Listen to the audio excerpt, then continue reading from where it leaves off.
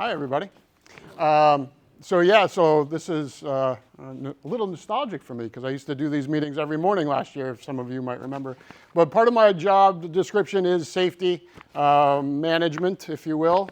And in the last couple of months, behind the scenes, we've been working with OSHA consultants a lot about the building and occupational hazards and stuff like that for everyone out in the field. And so I have a whole binder full of stuff that I'm going to be going through over the next few Tuesdays, probably for the rest of the year as we go.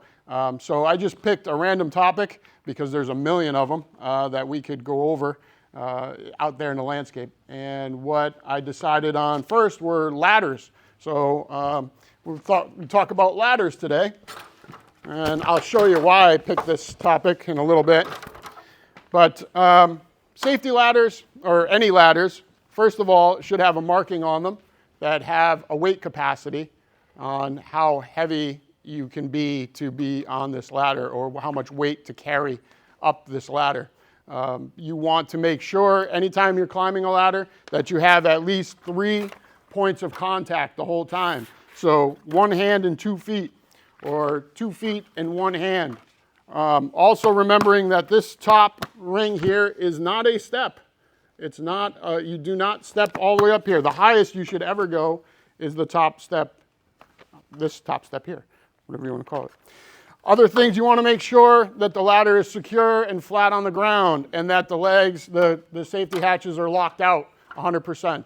If you can, you want someone to be able to support the ladder, whether it be from this side or anywhere, whatever is comfortable and organized, that a person can have 2 hands to help support the ladder so that you don't fall.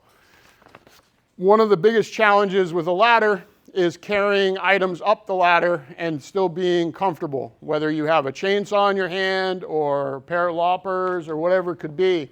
The challenge is that the further away you reach with a piece of equipment, the heavier it becomes. So your end range motion, you want to try to keep in close to your body. So if I have 3 points of contact and I get up here, I'm still got 3 points of contact if I can, or using my leverage to brace myself, then I can use my chainsaw or whatever, but try not to reach too far because you don't want to fall over. Always 3 points of contact or more if you can. The other thing, really quick, if you saw the ladder was hanging on this like this, we never want to step onto a ladder when it's just hanging like that. Always make sure that it's full straight out. The other piece is you can also turn it on its side. It's better to work from the side here to be able to do what you need to do, or face the item, which way we want to go. All right? All right. A couple of fun stats from OSHA. 26% of fatal falls were due to portable ladders and stairs. 109 people, 26% of fatal falls were due to ladders. What else? Ladders are involved in 20% of occupational fall injuries. Construction being 81%.